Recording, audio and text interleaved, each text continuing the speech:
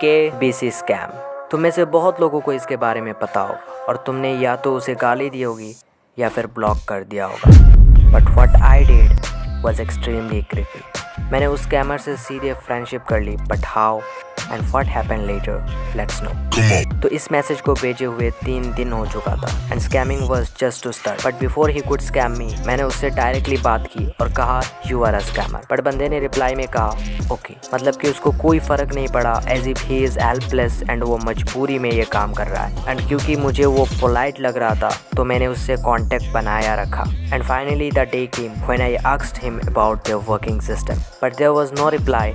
और कौन scammer reveal करता है अपने प्लान्स को। उस दिन उसने कोई मैसेज नहीं किया and I understood the matter and apologise. But the next day मैंने उससे कहा if you don't want to reveal your plans no worry, but मुझे सिर्फ इतना बता दो कि तुम्हें लोगों का नंबर्स कैसे मिलता है और तुम इससे प्रॉफिट कैसे एक्सट्रैक्ट करते हो। बंदा फिर से शांत हो गया। There was no reply and all of a sudden he asked me to call him at 9 o'clock. I thought he wanted to trace my IP address, so I didn't call him. At around 10 o'clock उसने मेरे को एक बहुत ही disturbing सी चीज़ share की जिसको देखकर मेरी तो लिटरली फट गई थी। एंड रिप्लाई करते हुए मैंने कहा सो डेंजरस।